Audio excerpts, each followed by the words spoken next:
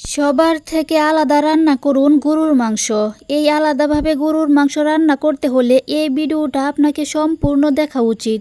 প্রথমে কিছু গরুর মাংসকে এইভাবে টুকরা টুকরা করে কেটে নিন। তারপর এইগুলোর মধ্যে লবণ আর পানি দিয়ে ভালোভাবে ধুয়ে তুলুন।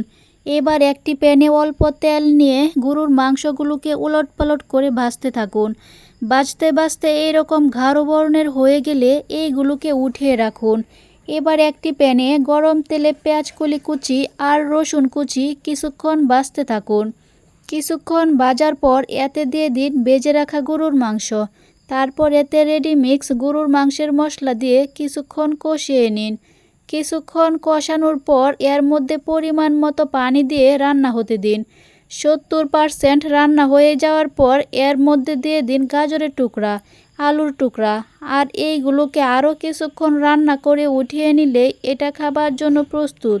রেসিপিটি ভালো লাগলে ভিডিওটিতে একটি লাইক দিয়ে সবাইকে দেখার সুযোগ করে দিন। আর এটি গরম ভাতের সাথে খেতে অনেক বেশি মজা।